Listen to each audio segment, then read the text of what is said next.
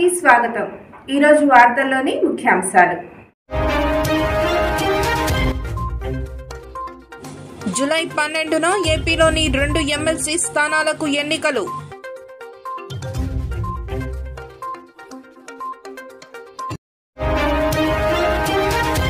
Neat గా cheating.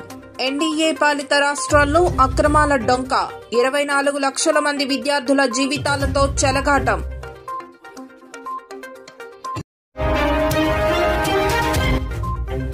మాంసపు బియ్యం. సరికొత్త బలవర్ధకమైన బియ్యాన్ని సృష్టించిన దక్షిణ కొరియా.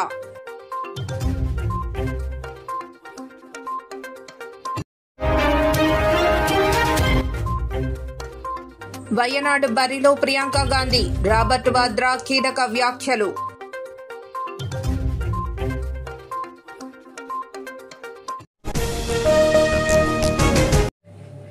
ఆంధ్రప్రదేశ్ శాసనమండలిలో ఖాళీగా ఉన్న ఎమ్మెల్యే కోటా కింద 2 ఎమ్మెల్సీల భర్తీకి కేంద్ర ఎన్నికల సంఘం షెడ్యూల్ను విడుదల చేసింది. దీనికోసం ఈ నెల 25న ఎన్నికలకు నోటిఫికేషన్ను జారీ చేయనుంది.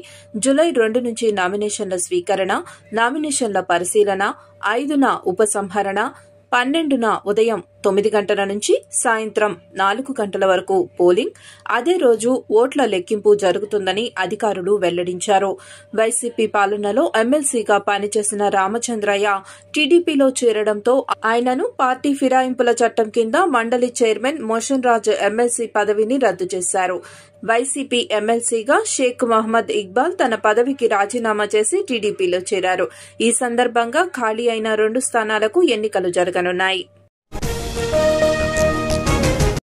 దేశవ్యాప్తంగా ఎంబీబీఎస్, బీడీఎస్ తదితర మెడికల్ కోర్సుల్లో ప్రవేశాలకు నిర్వహించిన నీట్ యూజీ పరీక్ష నిర్వహణలో జరిగిన అవకతవకలు, ఫలితాల వెల్లడిలో జరిగిన అక్రమాలు ఒక్కొక్కటిగా వెలుగు చూస్తున్నాయి. నీట్లో ఎలాంటి అక్రమాలు జరగలేదని వాదించిన కేంద్ర విద్యాశాఖ మంత్రి ధర్మేంద్ర ప్రధాన్ అక్రమాలు జరిగిన మాట నిజమేనని తాజాగా ఒప్పుకున్నారు. నీట్ అక్రమాలు గుజరాత్, బీహార్లో వెలుగు చూడటం, అక్కడ ఎన్డీఏ కూటమి ప్రభుత్వాలే అధికారంలో ఉండడం రాజకీయంగానూ చర్చనీయాంశమైంది. మే 5న నిర్వహించిన నీట్ యూజీ 2024 పరీక్షకు దేశవ్యాప్తంగా 24 లక్షల మంది విద్యార్థులు హాజరయ్యారు. పరీక్ష నిర్వహణ, ఫలితాల వెల్లడి, ర్యాంకుల ప్రకటన విషయంలో నేషనల్ టెస్టింగ్ ఏజెన్సీ నిర్వహించిన తీరు తొలి నుంచి అనుమానాస్పదంగానే ఉంది. బీహార్లో 30 మంది విద్యార్థులకు పరీక్షకు ముందు రోజు ప్రశ్నపత్రాన్ని కంఠస్థం చేయించినట్లు పోలీసుల విచారణలో తేలింది. దీనికోసం ఒక్కో విద్యార్థి నుంచి 30 లక్షల రూపాయల నుంచి 32 లక్షల రూపాయలు వసూలు చేసినట్లు సమాచారం. కాగా తొలుత అక్రమాలు జరగలేదని ఎన్టీఏను వెనకేసుకువచ్చిన విద్యామంత్రి ధర్మేంద్ర ప్రధాన్ ఆ తర్వాత అక్రమాలు నిజమేనని ఒప్పుకోవటం, ఎన్టీఏలో ఉన్నతాధికారులు దోషులుగా తేలితే చర్యలు తీసుకుంటామని పేర్కొనడం మరింత చర్చకు దారితీస్తుంది. అక్రమాల సంగతి బయటపడటంతో ప్రభుత్వానికి మచ్చ రాకుండా తప్పునంతా ఎన్టీఏ మీదకే నెట్టివేయాలని సర్కారు పెద్దలు కుట్రలకు తెరతీస్తున్నారని పలువురు విమర్శిస్తున్నారు. మాంసపు బియ్యం ఏమిటి అనుకుంటున్నారా? ప్రయోగశాలలలో అభివృద్ధి చేసిన గోవు మాంస కణాల్ని బియ్యం గింజల్లో ఇంజెక్ట్ చేసి సరికొత్త బలవర్ధకమైన ఆహారాన్ని దక్షిణ కొరియా సైంటిస్టులు సృష్టించారు. సాధారణ బియ్యంలో ఉండేదానికన్నా 8% ఎక్కువ ప్రోటీన్, 7% ఎక్కువ కొవ్వు కలిగి ఉండే మీట్ రైస్ ను తయారు చేశారు. మీట్ రైస్ పర్యావరణ హితమైందని సైంటిస్టుల బృందానికి నేతృత్వం వహించిన ప్రొఫెసర్ హాంగ్ జిన్ కి తెలిపారు.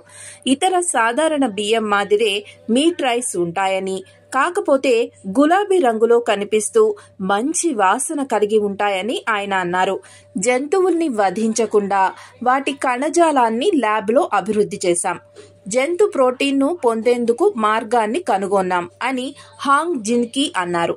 అంతరిక్షంలోకి వెళ్లే వ్యోమగాములకు కరువు కాటకాల్లో సంభవించే పౌష్టికాహార సమస్యలను ఇది పరిష్కరిస్తుందని తెలిపారు. కాంగ్రెస్ ఎంపీ రాహుల్ గాంధీ కేరళలోని వయనాడును వదులుకొని రాయ్బరేలీ ఎంపీగా కొనసాగుతారనే వార్తల నడుమ వయనాడు నుంచి ప్రియాంక గాంధీ బరిలో దిగుతారని చెబుతున్నారు. వయనాడు నుంచి ప్రియాంక గాంధీ పోటీపై ఆమె భర్త వ్యాపారవేత్త రాబర్ట్ వాద్రా స్పందించారు. ప్రియాంక గాంధీ పార్లమెంటులో అడుగు పెడితే బీజేపీ నోరు మెదపని రైతుల సంక్షేమం, నిరుద్యోగం, మహిళల భద్రత వంటి అంశాలపై గళమెత్తుతారని అన్నారు. స్మృతి ఇరానీ మహిళలు, మన మహిళా రెజ్లర్ల కోసం ఏమీ చేయలేదని ఆరోపించారు. ప్రియాంక గాంధీ పార్లమెంటులో తప్పకుండా సామాన్యుల తరపున తన వాణిని వినిపిస్తారని చెప్పారు. వార్తలు ఇంతటితో సమాప్తం. చూస్తూనే ఉండండి పీపుల్స్ పల్స్. సామాన్య ప్రజల గుండె సవ్వడి, ప్రజానాడి.